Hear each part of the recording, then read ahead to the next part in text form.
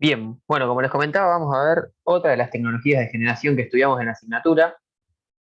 Lo mismo que siempre, ¿no? Ver características principales y cuál es su campo de aplicación, básicamente. Primero, o sea, ustedes se van a encontrar en el apunte que es de generación termoeléctrica, con básicamente todos estos temas sobre motores de combustión interna o motogeneradores.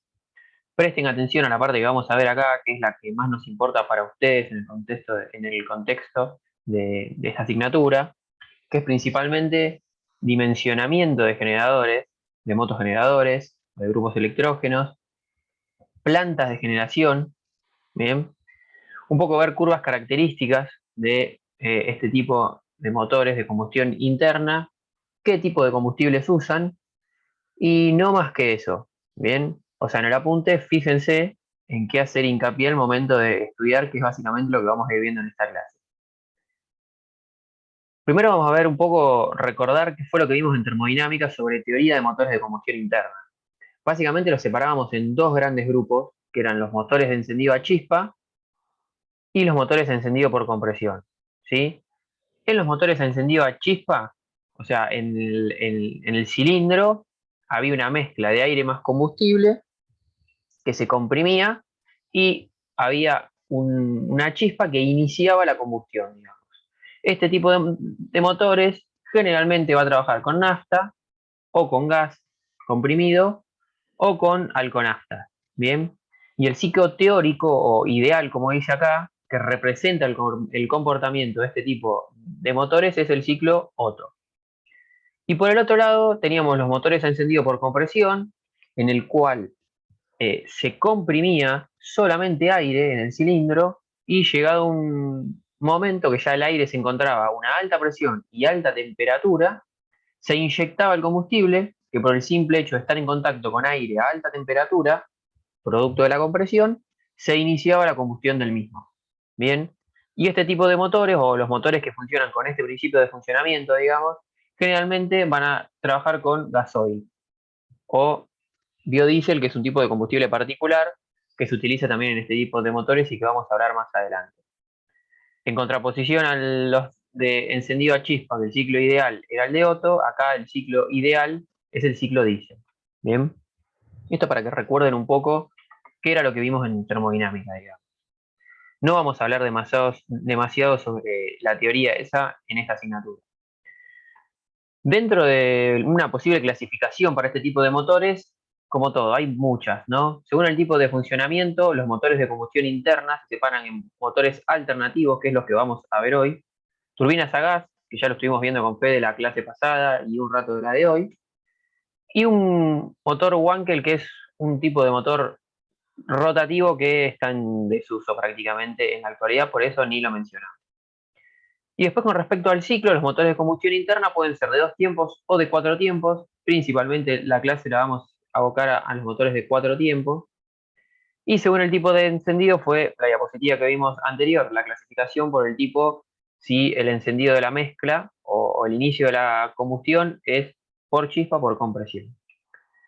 Y después hay mezcla de todos estos, ¿no? O sea, hay motores dos tiempos nafta, dos tiempos diésel, cuatro tiempos nafta, cuatro tiempos diésel, y va más o menos con el campo de aplicación, ¿no? Los motores dos tiempos nafta son motores generalmente de pequeño tamaño, contrariamente los dos tiempos diésel son de muy gran tamaño, aplicados, como dice acá, a buques o ferroviarios, y los cuatro tiempos, tanto diésel como nafta, son los que generalmente suelen utilizarse en el transporte de pasajeros para un tamaño medio, digamos, y algunos grupos electrógenos también funcionan con este tipo de, de principios de funcionamiento, digamos, ¿sí? Ahora, para recordar un poco cómo era que se producía el funcionamiento de los motores de cuatro tiempos, primero se iba a producir la inyección de, por ejemplo, en el caso de los motores del tipo Otto, aire más combustible, se comprimía, aumentaba su presión y su temperatura, luego con las dos válvulas cerradas, como dice acá, se iniciaba la combustión, por ejemplo, con una chispa, y esa era la carrera de trabajo, la carrera útil, ¿bien? Que empujaba el pistón hacia abajo y por un sistema de biela y cigüeñal transformaba o transforma el movimiento alternativo del pistón en uno rotativo que se puede sacar en un eje y, por ejemplo, ser acoplado a un generador eléctrico, que es lo que vamos a ver hoy. Este tipo de motores, como podemos ver ahí en la imagen GIF, eh, básicamente están pasando, fíjense que este es el tiempo que se desarrolla, por eso va hasta el número 4 y luego comienza hasta el 1, que sería la admisión, la compresión, la combustión y el escape. Bien, fíjense que este tipo de motores, la entrega de trabajo es pulsante, porque tiene una carrera útil por 4 del pistón. Bien, entonces la entrega es pulsante. ¿Qué es lo que se hace? Se coloca más de un conjunto de cilindro y pistón, generalmente en un motor. Por ejemplo, ya en un motor que tiene 4 cilindros, que es una configuración bastante habitual para los motores de medio tamaño, digamos, hacia arriba, fíjense que en todo momento hay uno de los cilindros que produce la carrera de combustión, por ende la entrega de trabajo. Y eso hace que la entrega justamente de este eje sea mucho más estable en el tiempo. Bien, bueno, ahora lo que nos importa a nosotros acá, hoy lo que vamos a ver es cómo acoplar este tipo de motores alternativos de combustión interna a un generador eléctrico. Básicamente nos van a importar dos curvas de que puede entregar ese motor, es decir, a los motores se los ensaya y las curvas de par y de potencia son las más importantes. Fíjense que acá tenemos este gráfico que muestra en un eje, por ejemplo, la potencia en caballos en función de las RPM. Y la curva que se obtiene al ensayar un motor de este estilo, o sea, hay que tomarla cualitativamente, digamos, es que va aumentando la potencia en función de las RPM, ¿sí? Hasta un cierto valor en el cual ya las RPM es alta, entonces el sistema de control del motor limita la entrada de combustible para preservar la integridad del mismo y la potencia empieza a decaer. ¿Bien? Pero es una curva que es prácticamente una recta, digamos. Contrariamente ocurre, ¿sí?, con la curva de par motor. ¿Qué es el par? Hay algo que es. Generalmente nosotros estamos familiarizados con la potencia que tienen los motores de combustión interna de nuestros vehículos o de cosas por el estilo. Ahora, muy poca gente está familiarizada con el par. ¿Sí? Si yo les pregunto a la mayoría de los que están ahí escuchándonos qué potencia tiene su vehículo, probablemente me respondan. Ahora, si les pregunto cuál es el par máximo, muy pocos van a responder. ¿Sí? Sin embargo, es una curva que es bastante importante y más aún en el contexto de un motogenerador. ¿Sí? Recuerden ustedes que par era o surgía de una fuerza por una distancia, ¿no? Y si volvemos a la diapositiva anterior, fíjense que acá tenemos la fuerza que es la que produce la combustión, la carrera de trabajo sobre el pistón, que es lo que se mueve alternativamente en el interior del cilindro, y el par va a aparecer en el sistema este, como dijimos, de biela y cigüeñal, que transforma el movimiento alternativo en el rotativo, ¿sí? Y la diferencia entre este punto, digamos, que es el centro de la fuerza, y el de rotación, genera ese par, ¿sí? Mientras más diferencia haya, más par tiene el motor. Pero eso va acompañado con que el motor tiene que tener una carrera mayor y el tamaño del motor es mayor. Entonces va a depender también de la aplicación. Uno, en un auto, por ejemplo, quiere que el motor sea compacto. Bueno, entonces el par por ahí va a estar más limitado. Ahora, en un motogenerador, vamos a ver que son motores de un tamaño mucho más importante, por ende, ya de por sí van a tener un par mayor. ¿Bien? Y la curva de par, si la vemos en función de las RPM, tiene más o menos la forma que está acá. Es decir, va, digamos, aumentando hasta un cierto valor de RPM que se alcanza al par máximo y a partir de ahí disminuye. ¿Sí? Vamos a ver esto, qué característica tiene y cómo influye en los motogeneradores. A la derecha tenemos lo mismo, pero para que vean otro ejemplo, fíjense que tenemos potencia en función de las RPM, torque o par, que es lo mismo, y fíjense que también aumenta hasta un cierto máximo y luego baja el valor de torque. Y este gráfico también viene acompañado por la curva de consumo específico. Fíjense que este es un concepto que es importante en lo que es generación. Obviamente uno quiere que la máquina que está generando energía eléctrica en el contexto de la asignatura esté en la zona de menor consumo de combustible posible. ¿Sí? Eso hace que esté en la zona que es más eficiente, digamos. ¿Bien? Bueno, vamos un poquito a la curva de par. Acá tenemos un esquema de la curva de par en función de las RPM que, como dije, aumenta hasta un cierto valor de RPM y a partir de ahí disminuye. Bien. Esto, cuando un motor de combustión interna se acopla a un motogenerador, es importante observar lo que ocurre acá. ¿Sí? Básicamente vamos a tener dos zonas de funcionamiento del motor, divididas por el máximo. ¿Sí? Hacia la izquierda tenemos la zona de funcionamiento no flexible y hacia la derecha la zona de funcionamiento flexible. ¿Qué es lo que ocurre acá? Un motogenerador, como cualquier generador eléctrico que estuvimos viendo en las clases anteriores, ¿sí? Un generador eléctrico va a girar siempre a las mismas RPM, porque de eso va a depender la frecuencia de la energía eléctrica que genere. ¿Sí? Si ese generador es de un par de polos, para el sistema nuestro que es de 50 Hz, tiene que girar a 3000 RPM, siempre. ¿Sí? Ahora, puede pasar, sí, que por diseño del motor de combustión interna el valor de 3000 RPM caiga del lado de la zona de funcionamiento flexible o de la zona de funcionamiento no flexible. Eso va a depender de en el momento que se diseñó ese motor. Bien, vamos a ver qué ocurre si cae, por ejemplo, en la zona de funcionamiento flexible. Bien, o sea, tenemos un motor de combustión interna cuyo valor de 3000 está acá, acoplado a un motogenerador que está entregando potencia a la red. Bien, ahora, ¿qué pasa si a ese motogenerador se le pide más potencia? ¿Sí? Automáticamente lo que va a tirar a hacer el motor de combustión interna que está tirando a ese generador eléctrico es a disminuir sus RPM. Es como cuando ustedes vienen con el auto en una ruta llana y de repente se encuentran con una loma. ¿Sí? Si ustedes no hacen nada, ¿qué va a pasar con el velocímetro o con las RPM? Iba a tirar a bajar. ¿Sí? Bueno, si bajan las RPM, fíjense que el motor va hacia una zona en la cual tiene un par mayor del que venía a 3000 RPM. ¿Sí? Eso hace que el tiempo de respuesta que tenga el motor va a ser mucho más rápido, porque él tiene que volver a las 3000 RPM. Los sistemas de control de los motogeneradores inyectan combustible, ¿sí? Y toman muchas decisiones más para que siempre esté en las 3000 RPM. ¿Sí? Es decir, en esta zona, en la zona de funcionamiento flexible, se dice que el motor cuenta con una reserva de par, porque ante el pedido de una mayor entrega de potencia eléctrica, que el motor lo va a ver representado en una disminución de sus RPM, él mismo va a tener un par mayor que el que venía funcionando. ¿Sí?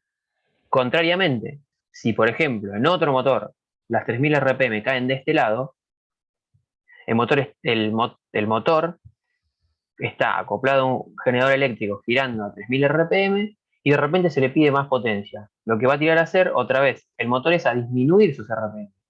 Ahora, si está en la zona de funcionamiento no flexible, eso lo lleva hacia una zona de par menor, es decir, tiene menos energía para entregarle al generador. En este caso, va a tardar por ahí más tiempo en recuperar las 3000 RPM y el sistema de control se le va a complicar mucho más que si está del lado de funcionamiento flexible.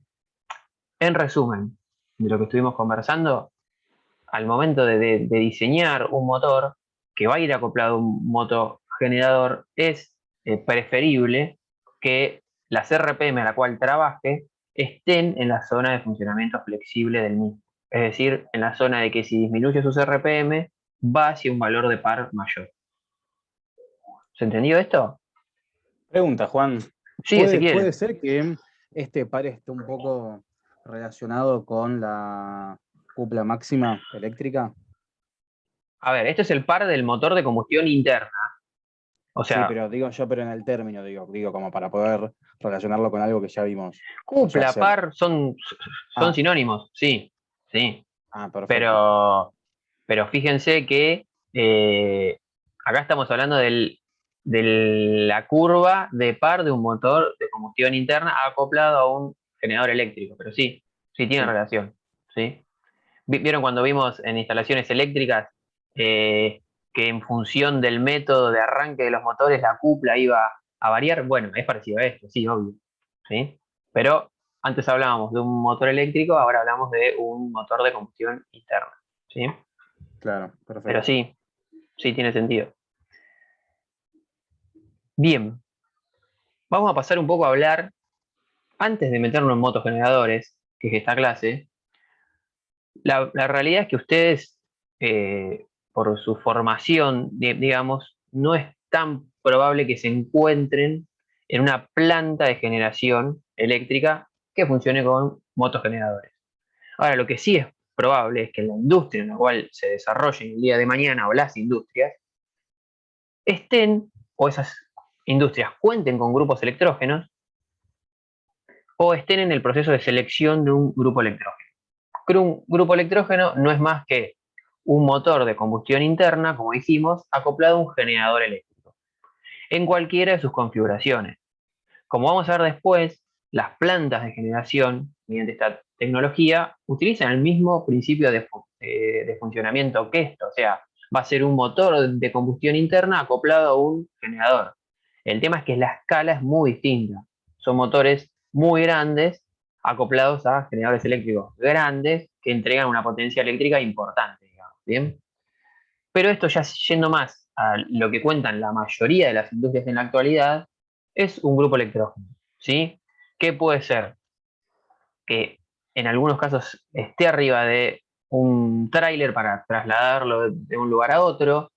Fíjense que estas dos imágenes que tenemos acá abajo es lo mismo que lo de arriba, pero puesto en una cabina para insonorizar, ¿sí? O sea, presten atención que ya da idea que estos bichos, digamos, hacen ruido, ¿bien? O la misma ya puesta en un lugar estático. La universidad cuenta con dos de estos grupos electrógenos, principalmente para darle energía a los servidores.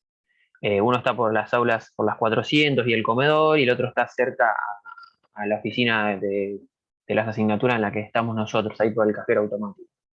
Pueden verlo. Y básicamente, digamos, en lo que es a nivel industrial de este tipo de equipos, las aplicaciones son tres, principalmente hablando. De respaldo, que es, bueno, en algún momento en el cual el servicio eléctrico es interrumpido, la industria puede poner en marcha estas unidades para seguir operando de la misma manera que venía o con algunos equipos críticos, digamos. En algunas cuestiones, en algunas aplicaciones, digamos, donde la energía eléctrica no llega, bueno, podría ser la fuente principal de energía eléctrica, casos especiales, digamos. Y lo que sí es común a veces en las industrias también es utilizar este tipo de unidades para cubrir recortes de potencia. Acá ustedes ya vieron todo lo que es el sistema eléctrico. Camesa, ¿se acuerdan que era la compañía que administraba todo el sistema eléctrico argentino? Y le dijimos antes que los que tenían prioridad eran los domicilios.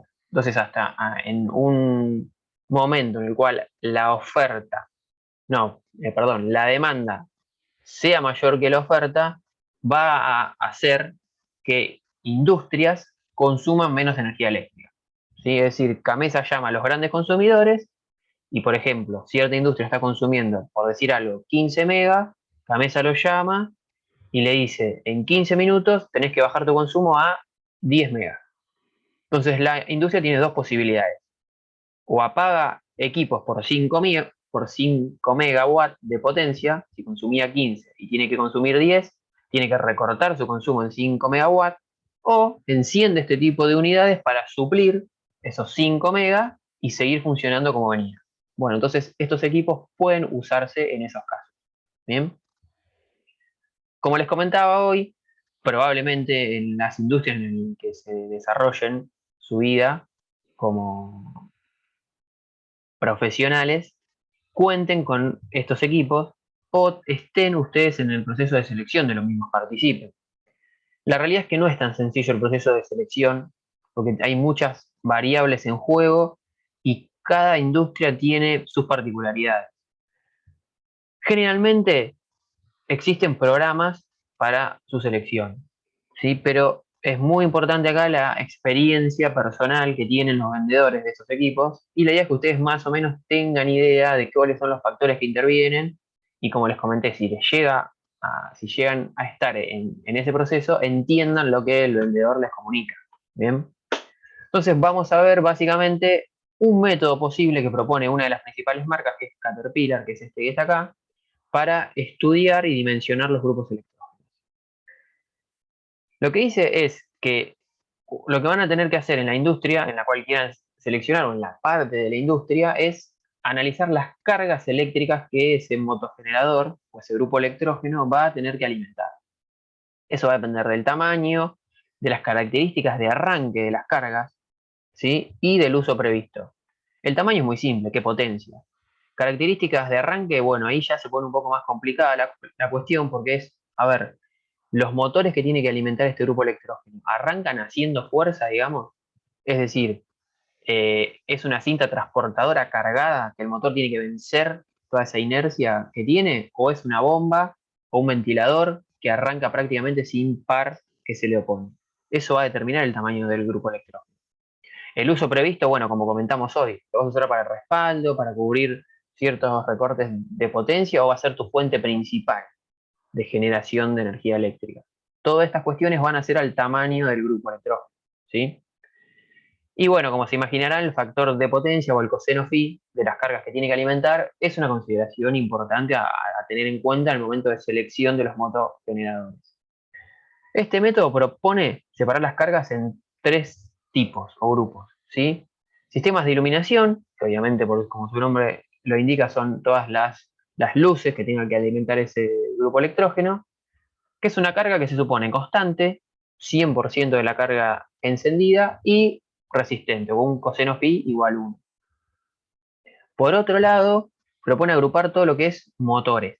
Y acá ya, como les comentaba, se complica un poco según la carga de arranque, es decir, si tienen que arrancar haciendo fuerza, digamos, o no, y el tipo de método de arranque que utilicen. Como ustedes ya recuerdan, un motor que lo hace, que arranca del tipo directo, en su arranque tiene un pico de consumo de hasta 6 veces o más, dependiendo del tamaño, su corriente nominal, ¿sí?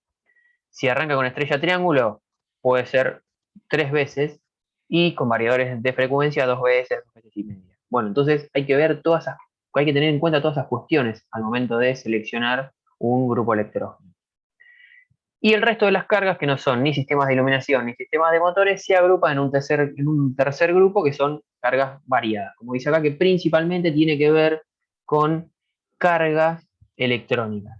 Sí, que meten ruido en lo que se conoce como armónicos, que eso también influye en el proceso de selección de los motogeneradores. Esto es lo que propone esta marca, una de las principales fabricantes del mercado, ¿no? Una vez que uno tiene todo esto, todas las cargas agrupadas, tiene que seleccionar el tipo de grupo electrógeno. Es decir, para la misma potencia hay distintos tipos de grupo electrógeno en función del para qué se lo va a usar. Si se lo va a usar como stand-by, energía primaria o fuente primaria, o servicio en paralelo. Esta marca lo que tiene es, para distintos grupos electrógenos de la misma potencia, los cataloga según lo que ellos llaman factor de carga. Que esto es básicamente, no nos vamos a detener demasiado, es el porcentaje del tiempo que se utiliza ese grupo electrógeno, es decir, si va a ser una energía primaria, acaba el 100%, ¿sí? Si va a ser en stand-by, bueno, va a depender de la cantidad de cortes, de la frecuencia de los cortes que tenga la industria, ¿no? Y el porcentaje de carga va a depender si lo estamos usando al 100% de su capacidad nominal o a un porcentaje un poco menor. Bueno, todo esto hace también el proceso de selección del grupo electrógeno, ¿sí? Y fíjense que según el tipo de grupo electrógeno, limita el fabricante las horas de funcionamiento por año. 50 horas, 500 horas, o si hablamos de potencia principal o continua, horas ilimitadas de uso, ¿sí? Pero no se lo puede exigir más del 100%. Esto para que tengan una idea. ¿Qué idea tienen que tener? Que no es simple seleccionar un grupo electrógeno. Para nada simples. Y encima, porque uno dice, bueno, listo, compro un grupo muchísimo más grande y listo. No, tampoco es tan simple, porque no se los puede hacer funcionar a baja carga este tipo de unidades, ¿sí?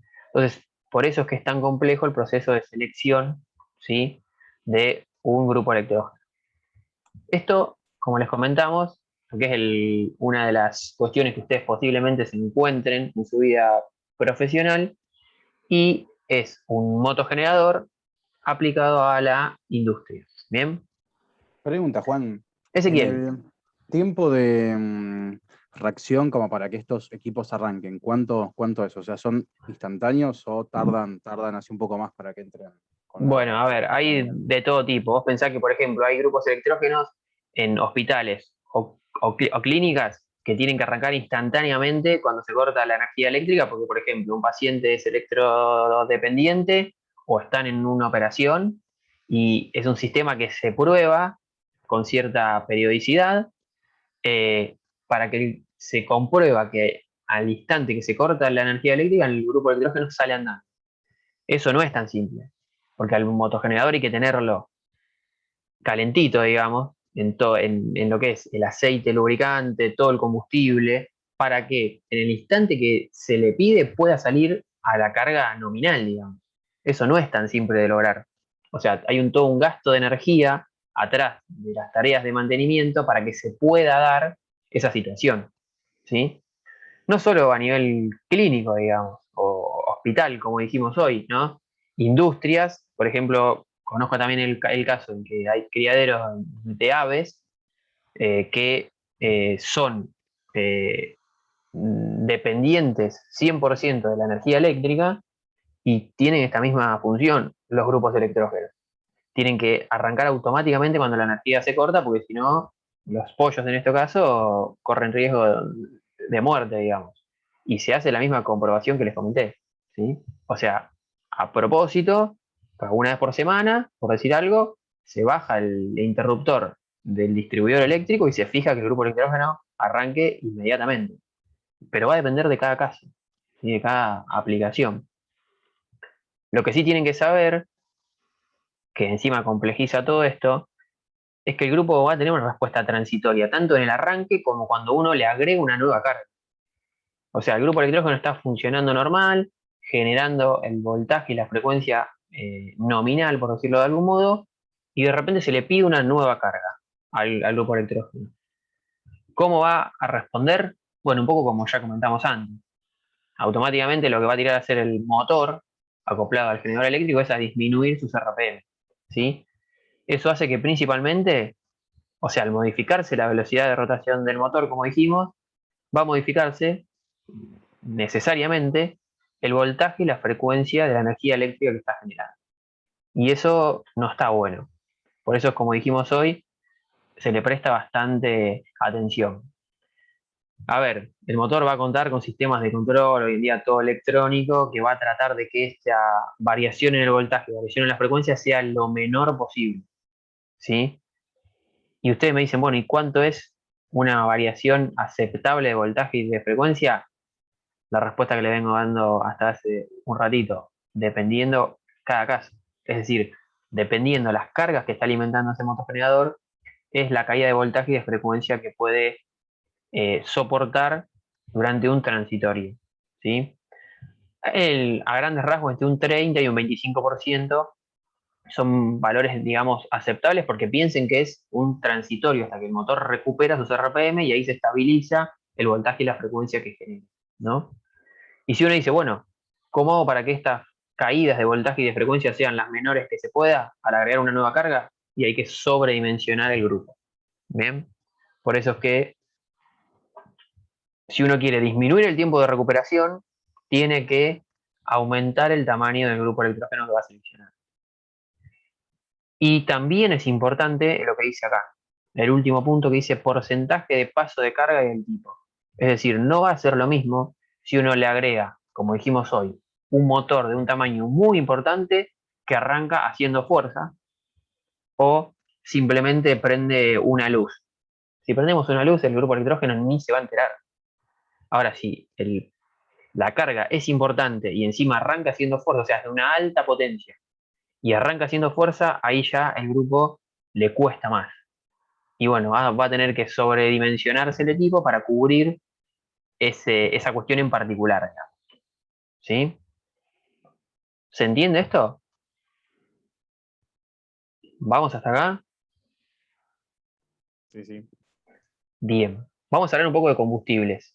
Esto es importante, porque nosotros les decimos siempre que ustedes tienen que saber, para cada una de las tecnologías de generación que vemos en la asignatura, qué combustible pueden utilizar. ¿Sí? Eso tienen que saberlo. No vengan a rendir un examen si no tienen eso en claro. En el caso de los motogeneradores, los combustibles, obviamente, a ver, la nafta, ¿sí? Que como ya saben es un hidrocarburo que tiene ciertos agregados para mejorar su comportamiento, que es el octanaje, mejorar la mezcla de ese combustible con el comburente para que la combustión sea más eficiente con todo lo que ya vimos acá, o lo que vamos a ver con Flavia. El gasoil, bueno, digamos que es pariente de la nafta, ¿no? Eh, pero estos combustibles, la verdad, que pueden utilizarse en motogeneradores a nivel industrial, digamos. ¿Sí? Cuando uno ya habla de plantas de generación con la tecnología esta, de motores de un tamaño muy importante, podrían utilizar nafta o gasoil. El tema que son combustibles de una calidad alta y por ende son caros. Entonces no se vuelve redituable. Pero los motogeneradores tienen una ventaja frente a otras tecnologías. Y es que pueden utilizar fuel oil, que también es un hidrocarburo, pero de una calidad mucho menor, por ende de un precio mucho menor. ¿Sí? Entonces, los motogeneradores abocados a la generación en plantas termoeléctricas pueden utilizar fuel oil como combustible. ¿Sí? Que, como dije, es un combustible mucho más económico. Por ende, es atractivo para las plantas de generación. También, esto para que, a modo de comentario, digamos, existe el biodiesel, ¿sí? Que es un combustible que se utiliza en los motores encendidos por compresión, que se obtiene de aceites vegetales o de grasas animales.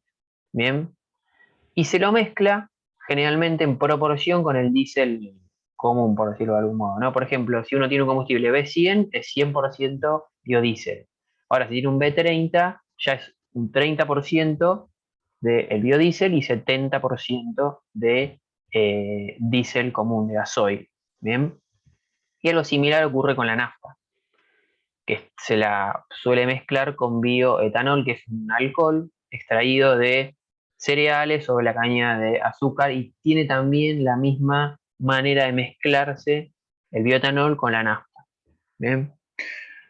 Una pregunta que le hacemos generalmente en este punto es si ustedes en sus vehículos particulares que andan a nafta o a gasoil utilizan o cargan biodiesel o bioetanol. Generalmente nos responden que no. Y la respuesta es que sí, porque por reglamentación, ¿sí? Las naftas que compramos en las estaciones de servicio o el gasoil que compramos en las estaciones de servicio tienen mínimamente un porcentaje de biodiesel o de bioetanol. A partir de julio de este año, ¿sí? Tienen mínimo un 5% de biodiesel el gasoil y un 12% las naftas, ¿sí?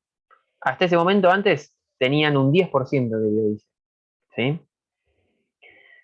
Y bueno, también puede bajarse ese porcentaje, ¿sí? Si el precio de estos combustibles aumenta mucho y hace que el precio en su también aumente. Pero en condiciones normales, digamos que cualquier gasoil que uno cargue en una estación de servicio va a tener el 5% de biodiesel y cualquier nafta hasta un 12% de bioetanol. Bien, esto Pregunta, sí, no, Juan, sí, y esa mezcla, o sea, en cuanto funcionalidad, o sea, en cuanto octanaje, ¿es lo mismo que la nafta pura, ponele, no es lo o sea, mismo, bueno, no es lo mismo ni la nafta ni el gasoil, que bueno, ahí siempre hay una puja de los fabricantes de vehículos que no quieren que les suba mucho estas tasas porque ellos tienen que modificar los motores para que funcionen con un porcentaje mayor de estos componentes y contrariamente está la cuestión ambiental, que se supone que estos combustibles son más amigables con el medio claro, ambiente, pero siempre hay una puja. A ver, en estos porcentajes, el funcionamiento de los motores claramente no los afecta porque, ya te digo, lo usamos todos, ¿sí? En el caso del biodiesel, el índice que importa es el cetano, que es contrariamente al octano, o sea, indica la calidad del combustible, y si uno agrega biodiesel, mejora esta característica del combustible, como lo hace de más calidad al diésel, ¿sí? Pero bueno, tiene otros inconvenientes asociados, que por eso, como te comentaba, los fabricantes de vehículos están un poco en contra de que se aumenten estos porcentajes y bueno, por ahí también está, fíjate que como les comentaba, antes tenía un 10% hasta julio de este año mínimo el gasoil y ahora lo bajaron a un 5%. ¿Por qué? Y claramente hubo una presión de fabricantes que hicieron que este porcentaje baje, ¿no? Pero en estos porcentajes no tiene ningún inconveniente, digamos. Y si se fijan, si se meten en las páginas, o sea, acá puse dos de los principales fabricantes de nuestro país, YPF sí fabrica combustibles, y fíjense que esto es de Infinia Diesel, o sea, del gasoil, y fíjense que dice biodiesel, porcentaje 5%, que era lo que le comentaba hoy. ¿Sí? O sea, en la página de YPF indica que su combustible tiene un 5% de contenido en volumen de biodiesel. Y si en otro de los que vende, digamos, combustible, que es Shell, puse una nafta, contrariamente, y acá en la tablita no está, pero abajo dice, la nafta e-Power tiene un 12% de bioetanol de acuerdo con la legislación vigente. O sea, cumple con este requisito. ¿Bien? Para que vean que esto pasa, digamos. Y bueno, en el caso de algunas cuestiones particulares, también, como vimos, los motores de combustión interna pueden funcionar con gas natural, que es un combustible muy abundante en nuestro territorio, muy buscado porque es limpio, ¿sí? Y también es común verlo, por ejemplo, en el transporte de personas particulares con el GNC, que es básicamente el gas natural comprimido hasta una presión de 200 bar, o sea, un nivel de presión muy alto. A ver, cosas importantes para hablar acá, ¿sí? Si bien los motores a combustión interna pueden funcionar con todos los combustibles que nombramos, cuando vamos a plantas de generación, vamos a hablar de fuel oil principalmente.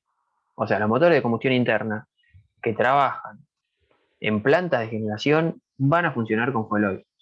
Básicamente porque es más barato, ¿sí? Un combustible de menor calidad, entonces es más barato y lo hace competitivo frente a las otras tecnologías, como por ejemplo la turbina de gas, que no puede funcionar con fuel oil, como nos explicó Fede.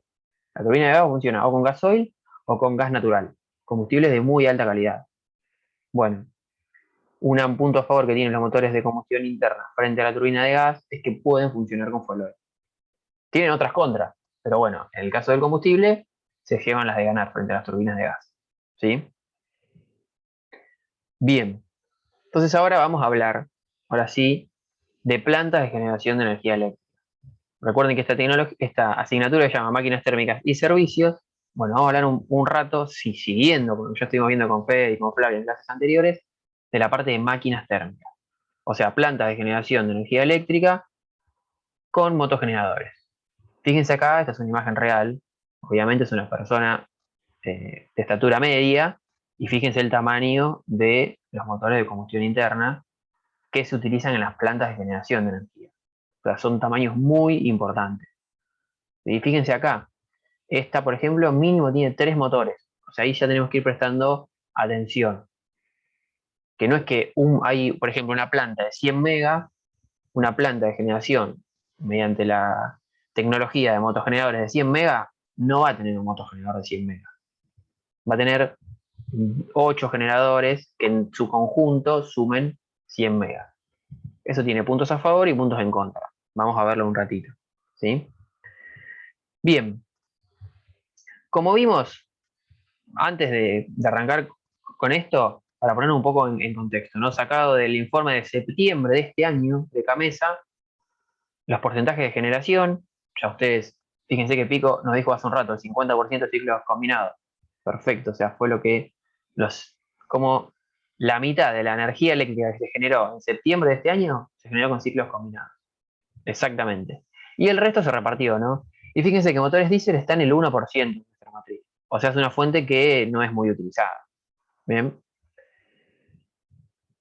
Pero tiene algunas ventajas que hace pensar que, fíjense esto, la variación de septiembre del año pasado, de este año al año pasado se incrementó en un 87% la generación con la tecnología. Y si nos fijamos, la variación anual se incrementó en casi un 27%. Es decir, es una tecnología que los fabricantes de la misma argumentan que a futuro tiene buena aplicación, digamos. Vamos a ver por qué, por sus características, que vamos a ir charlando ahora. O sea, si bien hoy en día no se utiliza tanto, es esperable que en un futuro tenga una participación mayor en la matriz energética de nuestro país. Vamos a ver por qué. ¿Bien? A ver, hay toda una normativa atrás de los motogeneradores, como las demás tecnologías, que hace que exista todas unas normas ISO atrás de los fabricantes de las mismas. Que cuando un fabricante viene y diga, este motogenerador entrega 15 megawatts, bueno, sea exactamente en condiciones específicas, pasaba lo mismo con las turbinas de gas. ¿Se acuerdan que Fede nos comentó la clase que pasó? Que se establecían condiciones ISO. Bueno, acá pasa exactamente lo mismo. Los motogeneradores se establecen a 1000 metros sobre el nivel del mar y 40 grados Celsius la potencia ISO de generación. Cualquier condición que cambie hay que corregir. ¿Bien? Esta norma ISO detalla las tareas de medición de potencia para establecer la potencia nominal que entrega cada motogenerador independientemente del fabricante. Tiene que ir diciendo cómo se va cargando el equipo para determinar las curvas que vimos hoy. ¿Sí? Eh, Hay otra norma que también nos indica qué tipo de potencia va a entregar ese motogenerador en stand-by, continua o también energía del tipo base, como ya estuvimos viendo. Que, por ejemplo, vamos a ver que hay plantas, por ejemplo, en el caso de stand-by, hay plantas de generación de emergencia que utilizan la tecnología de motogeneradores. Si uno dice plantas de generación de emergencia, tiene que sonarle que el tiempo de respuesta es muy rápido. Bueno, es una de las características de la tecnología, como vamos a ver. El tiempo de respuesta de los motogeneradores es muy rápido. O sea, en el orden de minutos están entregando potencia a la red. Plena potencia. Bien, o sea, son unidades que arrancan muy rápido. Yendo a las plantas de generación, el principal fabricante del mundo es Wärtsilä, que es una empresa finlandesa. Lo que vamos a hablar ahora está sacado de un folleto técnico de ellos. ¿Por qué digo esto? Porque está escrito por el fabricante. Hay que verlo de dónde viene, ¿no? Ellos argumentan que sus equipos tienen una flexibilidad de operación muy, muy alta. Como les comentaba, disponibilidad en un minuto. O sea, puede estar inyectando energía en un minuto, sincronizado con la red, y carga completa en menos de 5 minutos. En cualquiera de las otras tecnologías que vimos, esto es imposible. ¿Sí? Las turbinas de gas también son rápidas, ¿eh? Pero estos son un poquito más rápidos. ¿Y esto por qué es importante? Y porque como vimos, fíjense que esto ya lo vimos varias veces, potencia en función de la hora del día no es una línea recta, sino que va dependiendo de si prendemos los aires acondicionados, las luces, el televisor, distintos consumos eléctricos, y Camesa es la que tiene que hacer que la oferta y la demanda se igualen a la perfección. Entonces, en función de la tecnología y del tiempo de respuesta de la misma y de la eficiencia de la misma, del costo de la misma, es que se van a ir ubicando en distintos puntos de esta curva, digamos, ¿no? Y fíjense que hidráulica base, nuclear, son las que siempre están encendidas, ¿sí? Lo mismo con las renovables siempre que esté disponible, ¿no? Pasa que hidráulica base siempre está disponible porque la represa siempre, a menos que haya una sequía muy grande, va a estar el nivel mínimo para que la central genere. Las nucleares, cuando arrancan, no se detienen, a menos de que sea un mantenimiento estipulado o tenga un desperfecto, si no son equipos que no paran nunca. Y acá fíjense que tenemos ciclo combinado. ¿Por qué si el ciclo combinado está acá en la base? Porque es muy eficiente, ¿sí? Como vimos hoy con Fede. Y después, bueno, va el resto de las tecnologías de generación que son menos eficientes, pero tienen un tiempo de respuesta muy rápido, como por ejemplo las turbinas de gas. Bueno, los motogeneradores está acá también. Compite con la turbina de gas. Son equipos que en eficiencia están un poco por encima de las turbinas de gas, pero tienen otras contras, pero tienen un tiempo de respuesta muy rápido. Entonces, compiten para cubrir los picos de potencia. Bien. Entonces, volviendo a la presentación que teníamos, por eso es que se argumenta que tiene una flexibilidad de operación importante. Van a estar abocados a cubrir los picos de potencia, este tipo de centrales. La eficiencia es muy buena, o sea, en algunos casos puede llegar, anda en el 40, 45, 50% de rendimiento, que es bastante bueno, comparado con las otras que estuvimos viendo. Y acá tienen una particularidad, como yo les comentaba hoy. Fíjense que dice, gracias a la condición de múltiples unidades, es decir, como les dije, una planta de 100 megawatts, como por ejemplo la que está en Pilar, que es de esta marca, digamos, de motogeneradores, tiene 8 motogeneradores, si no recuerdo mal, que en su conjunto suman 100 megawatts. No es una turbina de gas o una turbina de vapor de pequeño tamaño, ¿no? De 100 megas, sino que son varias unidades que suman esa potencia. ¿Eso qué hace? Y que en el caso de que una sufra un desperfecto, las otras puedan seguir disponibles. Eso de la disponibilidad justamente es algo que se paga. ¿Sí? O sea, Gamesa paga por la disponibilidad. Cada tecnología tiene por sí misma, por su principio de funcionamiento, una cierta disponibilidad. Y en función de eso, es como ingresa al mercado eléctrico. Bueno, en condiciones normales, una planta de motogeneradores tiene una disponibilidad del 96,5%. Uno dice, bueno, pero para vos querés tener una disponibilidad mayor, comprate un grupo electrógeno extra que esté ahí en stand-by, preparado por si se te cae una unidad que entre esa, bueno, ahí ya la disponibilidad es superior al 99%. Y si querés tener más disponibilidad, prácticamente el 100%, comprar 2 unidades en stand-by. Obviamente esto hace que la inversión sea más alta, pero bueno, en algunos casos tal vez convenga. ¿Bien? O sea, claramente eso es un punto a favor, tener varias unidades en paralelo. Y acá es un poco la oferta que propone este fabricante, ¿no? Fíjense que tenemos plantas de gas, que están verdes, plantas de combustible líquido, que están azul, y plantas multicombustible. Así que pueden funcionar tanto con gas como con combustible líquido. Y van desde alta flexibilidad o baja flexibilidad a eficiencia. ¿Sí? Y bueno, en función de lo que uno quiera, fíjense que obviamente, si uno quiere una eficiencia alta, la flexibilidad es baja. Y si uno quiere una flexibilidad alta, va en detrimento de la eficiencia. Bueno, carga base, carga pico. Va dependiendo de el campo que uno quiera cubrir como, digamos, inversor si se decide por la tecnología de motogeneradores. Bien. Ahora vamos a hablar un poco de las ofertas de tipo de plantas que ofrece este fabricante. Las plantas a gas son plantas de un tamaño relativamente pequeño, si se quisiera, tiene bajas emisiones, como son de un tamaño chico, son compactas y eso les posibilita ubicarlas, estas dos cuestiones, cerca de los puntos de consumo, cerca de las ciudades. Fíjense que destacan que no necesitan una presión de gas muy alta, es decir, puede conectarse la presión a la red de gas troncal y sacar directamente el gas de ahí para el consumo. En el caso de las tecnologías, por ahí necesitan comprimirlo ese gas, como hemos visto en plantas de turbinas de gas. Y fíjense que la potencia es muy variable, va de 7 a 700 megas. ¿Por qué? Y porque vos ponés la cantidad de motogeneradores que quieras para cubrir la potencia que vos quieras. O sea, se agregan motogeneradores y llegas a la potencia que quieras, por decirlo de algún modo, ¿no? Obviamente con cierto límite. Fíjense que dice carga mínima, esto es muy importante también, porque si uno tiene que estas plantas están pensadas para cubrir los picos de potencia, es importante la carga mínima que puedan dar, porque pueden estar a carga mínima y de repente pasar a carga máxima en un tiempo muy, muy rápido. Fíjense que tienen dos valores, 30% o 3%. ¿Qué diferencia hay?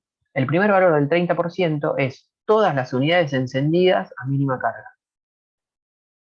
Recuerden que las plantas eran con muchas unidades en paralelo. Y el valor menor de mínima carga es solamente una unidad encendida a mínima carga. ¿Bien? Tiempos. Fíjense esto. Tiempo regular o tiempo normal, en menos de 2 minutos está sincronizada con la red y en menos de 10 minutos está inyectando la carga, la potencia nominal. ¿Sí? En tiempos de arranque rápido que exigen ciertas tareas de precalentamiento de las unidades, puede ser que la carga máxima se logre en menos de 5 minutos. Y el último punto también es muy importante. Tiempo de parada menos de 1 minuto. Porque si es una tecnología que tiene que entrar y salir de la red, bueno, el tiempo de parada también es importante porque va a ser ahorrar combustible, principalmente, y por ende va a ser ahorrar plata. Por eso es algo que también destacan, ¿no? Por ejemplo, acá tenemos una planta que está en Estados Unidos y fíjense que eh, entrega 224 megawatts con 12 unidades de 18 cilindros cada una, ¿sí? Esto para que vayamos viendo un poco aplicaciones reales o existentes, mejor dicho, ¿no? Con plantas a gas. Ahora, si pasamos a plantas de combustible líquido, ya son plantas que no están tan pensadas como para arrancar y parar tanto, ¿sí? Aunque vamos a ver que acá se las utiliza sin ningún drama. Y es importante que pueden utilizar cualquier tipo de fuel oil, este tipo de unidades. Eso es importante y es a destacar frente a las demás tecnologías, como lo dijimos. Después los valores son muy similares a las plantas a gas, en cuanto a rendimiento 47%. Ah, la anterior no vi eso. ¿Cuánto decía? 50%. Es un poco más eficiente. Tiene sentido, digamos. Y fíjense que el tiempo, 15 minutos o 10 minutos con tareas de precalentamiento. Acá tenemos una planta también que cuenta con una potencia de 137 mega y 8 motores Wärtsilä 18B46. Bien, o sea, no hay plantas que tengan un motogenerador de 100 mega como dijimos. Bien, son motores más chicos y múltiples unidades. Centrales multicombustible. Esto está bueno porque al ser múltiples unidades, tiene la particularidad de que puede funcionar una parte con combustible diésel, otra parte con combustible gas. Y fíjense el primer título que dice, el primer ítem que está acá. Pueden realizar el cambio de combustible en funcionamiento. ¿Sí? O sea, puede estar funcionando a gas y de repente cambiar sin parar a combustible líquido. ¿Bien? Eh, Fíjense que como les comentamos, la eficiencia de gas es un poquitito superior siempre. Y los tiempos andan en el orden de 10, 15 minutos de plena carga. ¿Bien? De plena carga. Y para casos particulares, para aplicaciones particulares, fíjense que estas, las que estuvimos viendo hasta ahora, dice tiempo de arranque ultra rápido no disponible. Bueno, si uno pide que tenga esa característica, este fabricante puede dar el caso de que se cuente con plantas de generación de emergencia, que ellos llaman. Y fíjense que el tiempo de arranque no varía tanto el regular, 6 minutos, 3 minutos, pero tiempo de arranque ultra rápido en el orden del minuto. Obviamente esto, la planta tiene que estar ahí precalentada, a punto caramelo, para que cuando llegue la señal de que entregue energía, si uno quiere tener la plena carga al minuto, la planta esté preparada para eso, ¿no? Pero existe esa posibilidad. Por ejemplo, acá en Brasil, una planta de 175 mega que cuenta con 20 unidades, tiene esta posibilidad. Se pidió con esta posibilidad y se la utiliza. ¿Bien? Quiero un poco para mezclar con lo que dio Fede hoy. Fíjense, acá adentro están los motogeneradores, todas las unidades. Fíjense que estos serían el caño de escape básicamente de cada uno de los motogeneradores. Y fíjense lo que dice acá, sistema de recuperación de calor residual. Obviamente los gases de escape tienen energía térmica, o sea, salen a una temperatura a la cual uno podría seguirle sacando energía. ¿Qué es lo que se hace? Se le hace pasar por calderas de recuperación, ¿sí? Que generan vapor, fíjense que se junta acá, y se lleva a una turbina de vapor. O sea, de algún modo, esto no es tan utilizado como los ciclos combinados, o sea, es una aplicación rara, digamos, al menos por el momento, pero está estudiando esta gente, ya tiene disponible este tipo de tecnología, es decir, hacer un ciclo combinado en vez de con turbinas de gas, con motos generadores. Eso hace que el consumo de agua sea muy bajo porque trabaja con ciclo cerrado, lo mismo que podría pasar con un ciclo combinado, ¿no? Con una torre de enfriamiento, y fíjense que llegan a una eficiencia del 54%. ¿Sí? O sea, valores también bastante altos. Pero los ciclos combinados se utilizan con turbinas de gas. Esto se los mostramos para que sepan que esta gente tiene disponible esto, aunque no es tan difundido. O sea, hay que ser buenos con el ciclo combinado típico, digamos. Pero bueno, quédense con esta idea, digamos. Bien. Y de la misma manera que siempre le mostramos y tratamos de mostrarle en cada una de las tecnologías cómo es un diagrama de planta, bueno, acá pasa lo mismo, ¿no? Fíjense que acá tenemos todos los motogeneradores. Esta es una planta de 50 megas. Recuerden que podría cubrir el consumo del partido de Luján casi todos los días del año sin ningún drama. Estamos en el orden de 80, 90 metros de largo, o sea, entra una manzana, digamos, básicamente. Y tenemos los motogeneradores, las múltiples unidades, digamos. Acá están los generadores. Cada motogenerador, cada motor va a tener acoplado un generador. Arriba tenemos todo el sistema de radiadores, básicamente, como el auto está en el frente, bueno, acá está en la parte superior. Tenemos el sistema de gases, el sistema de escape de gases, ¿sí?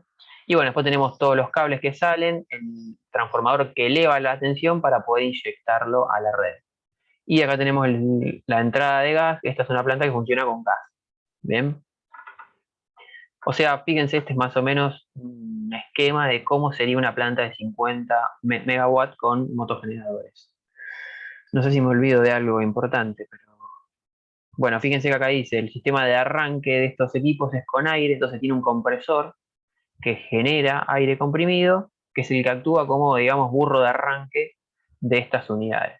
No tiene un burro eléctrico como tiene un motor de un tamaño más chico, sino que estos arrancan con aire comprimido que hace girar el motor hasta que llega a una cierta RPM y ahí ya se larga solo, por decirlo de algún modo. Bien, ¿alguna duda hasta acá? Acá preguntan cuál sería más amigable con el medio ambiente, ciclo combinado o motogenerador diésel. Y el amigable con el medio ambiente yo te respondería, creo yo que el que sería más eficiente por un lado, que es el ciclo combinado. Ahora, el ciclo combinado, ¿qué combustible puede utilizar? El ciclo combinado puede usar o gasoil o gas. Principalmente gas va a usar el ciclo combinado. Entonces queda acotado a aplicaciones que cuenten con ese combustible. ¿Sí? En nuestro país no hay ningún drama, por eso que tenemos el 50% de nuestra matriz con ciclo combinado. Perfecto. Ahora, en otros lugares donde no hay gas, porque el gas es un combustible de alta calidad, como dijimos, y va a haber que ir a otro tipo de tecnología que permita utilizar otro combustible, o turbinas de vapor, que pueden quemar básicamente cualquier cosa, hasta combustibles sólidos, o esta tecnología que admite fuelo. ¿Sí? No sé si alguien más del equipo quiere comentar algo. No, Voy a re- Juan, vos lo dijiste muy bien, ¿no? Pero, o sea, si miramos lo que es generación termoeléctrica o combustibles fósiles, dentro de que es contaminante per se, la mejor claro, situación sería quemar gas natural en ciclo combinado, digamos, porque el gas natural es el combustible que mayor cantidad de energía entrega en función de la liberación de dióxido de carbono. O sea, tiene para una misma energía la menor liberación de dióxido de carbono y el ciclo combinado es la tecnología que lo aprovecha con el mayor rendimiento. O sea que dentro de lo que es quemar combustible fósil, creo que la mejor situación es quemar gas natural en un ciclo combinado. bien. Sí, sí, o sea, vos Mariano lo aclaraste bien, pero ninguna de estas tecnologías es de por sí amigable con el medio ambiente, digamos, ¿no? Pero bueno, ¿qué se le va a hacer? Edu, ¿querías hablar algo? Que te veí que No, te no, silenciaste. Bien, no, no. bien. Bueno, o sea, es una pregunta para una discusión larga que tenemos que darla, pero al finalizar esta clase, si quieres. ¿Qué es lo que opina este fabricante, o Arcila, como les comentaba yo, que va a pasar en un futuro, por decirlo de algún modo? Ellos saben que la generación base en un futuro, como suponemos todos y esperamos todos, porque no va a haber otra posibilidad, se va a tener que realizar con energías del tipo renovable.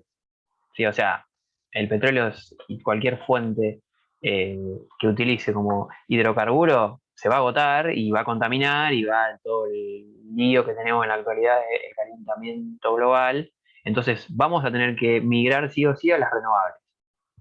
Eso, Warcila lo tiene en claro, ¿no? Y dice, el tema es que los generadores, ¿sí? que van a respaldar a las fuentes renovables porque van a depender de los recursos. Por ejemplo, la energía solar va a depender del sol disponible. Si se nubla o si llueve, ese recurso se recorta. La eólica pasa lo mismo. Si el viento se detiene, bueno, esa fuente hay que recortarla. Entonces, los generadores que respalden en un futuro a esas renovables que se utilicen como base, van a tener que tener una muy buena flexibilidad. Y los motogeneradores tienen esa flexibilidad. Entonces, esta gente dice, nosotros en un futuro vamos a tener, creemos, una buena generación para cubrir a las renovables, ¿sí? Además, ellos ya tienen disponibles unidades que funcionen 100% con hidrógeno, que es un combustible también que se va a utilizar mucho en el futuro, todo indica. Y fíjense, esto lo saqué textual de un párrafo de su folleto técnico que dicen, las usinas de energía de los ciclos combinados no pueden operar económicamente frente a arranques y paradas diarios. O sea, un ciclo combinado, como vimos hoy, es una instalación que es muy compleja y la parte de turbina de gas sí podría arrancar, pero la parte de vapor no.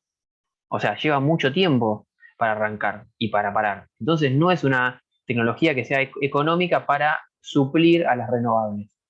Entonces ellos dicen, nuestra tecnología, que es una tecnología que arranca rápido y para rápido, las turbinas de gas también, un poquito más lento, pero son rápidas, son tecnologías que a futuro se le ve cierta ventaja, por decirlo de algún modo, ¿no? Por eso es que yo dije que en nuestro país es probable que se empiecen a utilizar cada vez más, porque si uno ve el diagrama del gráfico de torta que mostraba hoy del 1%, bueno, se supone que en un futuro eso debería ir aumentando y disminuyendo otra de las tecnologías termoeléctricas y ganando las renovables también, ¿no? Obviamente. Por eso es que presentamos la tecnología, ¿no? Bien, y yendo un poco acá en Argentina, usted dice, bueno, pero esto se usa acá en nuestro país, ¿hay plantas de generación de motogeneradores? La respuesta es sí. Hoy yo ya les nombré una que había en Pilar. Bueno, hay varias, ¿sí?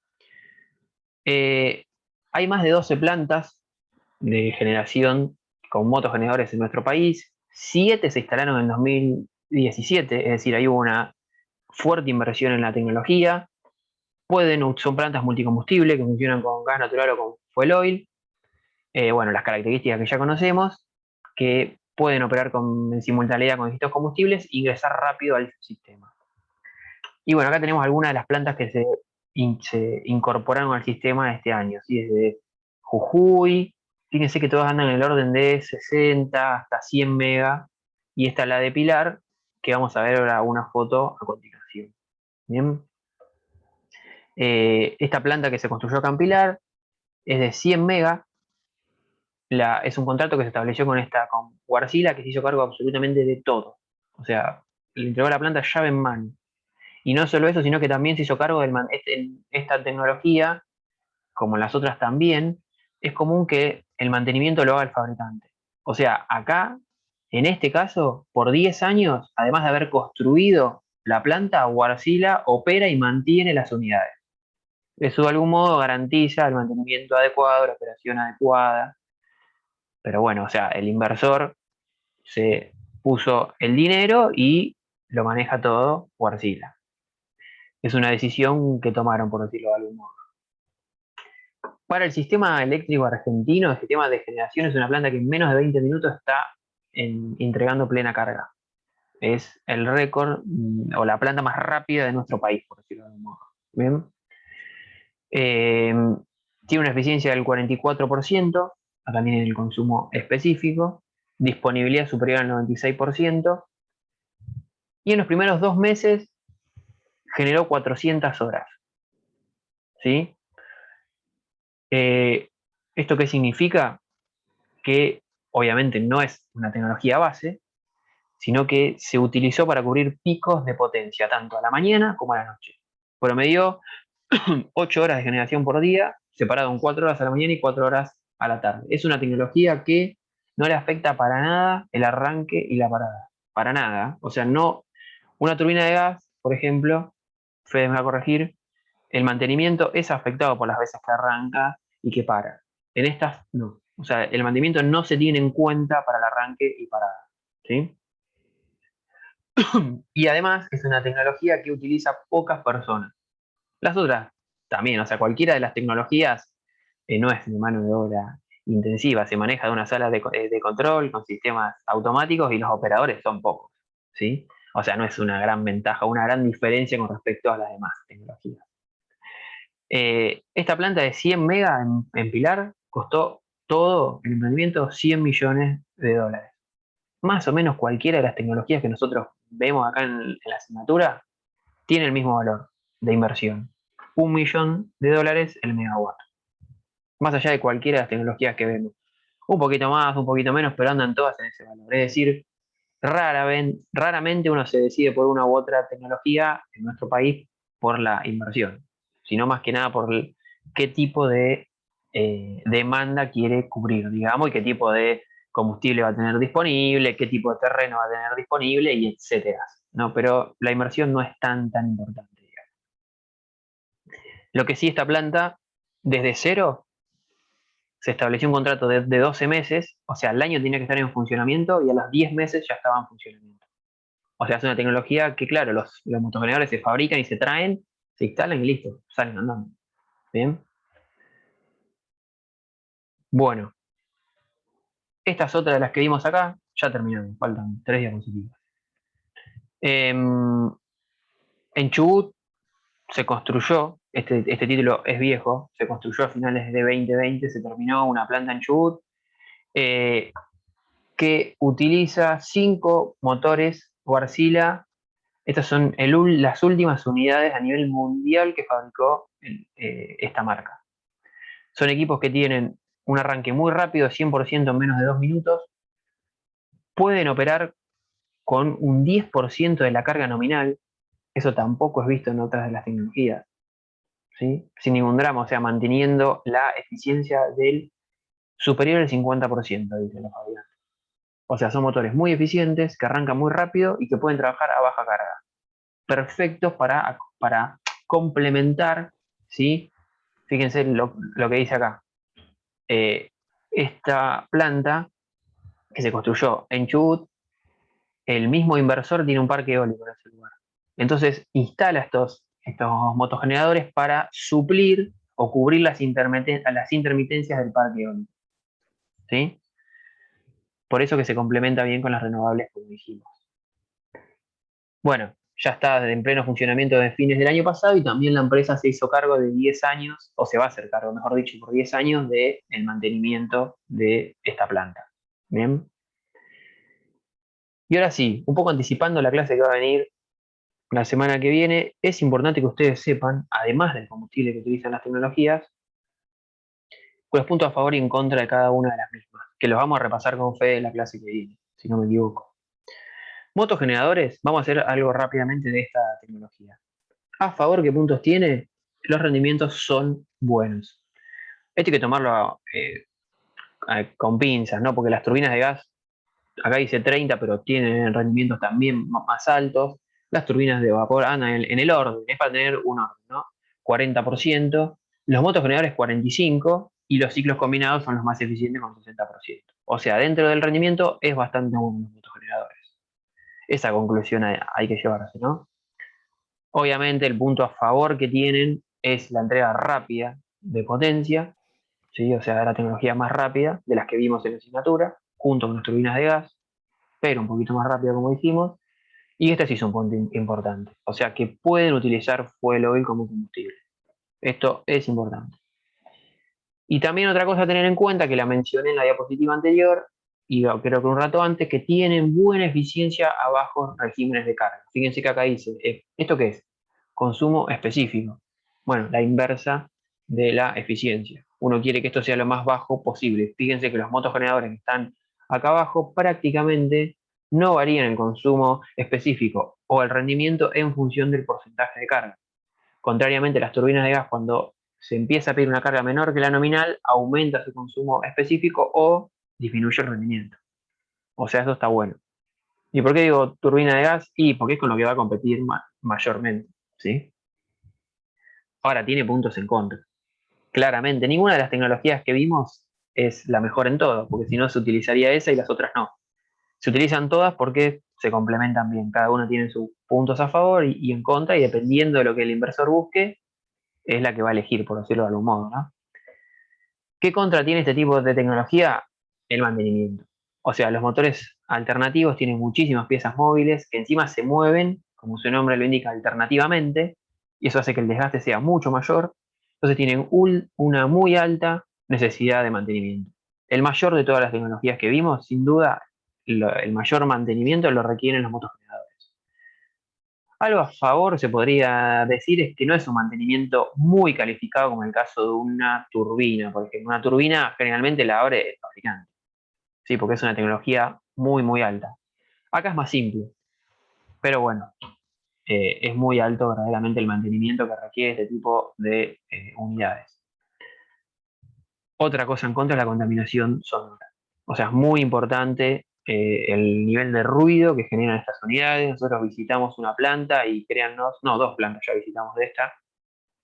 Cuando uno ingresa, las puertas tienen 30 centímetros de ancho para contener el ruido que hacen. Si los equipos están en marcha, no se puede hablar al lado de los mismos. Las turbinas de gas ni se escuchan. Y otra cosa en contra, la última es que utilizan fluidos lubricantes, como todas las demás, pero en mayor medida. Entonces esto, por un lado, hay que tener en cuenta el costo de estos fluidos y por otro lado, la deposición final de los que se extraen. Estos son los puntos en contra que vemos acá en la asignatura para esta tecnología. Bien. Bueno, gracias. Hemos llegado a cubrir el motogeneradores. Ahora sí, voy a tener la grabación y respondemos todas las dudas que quieran.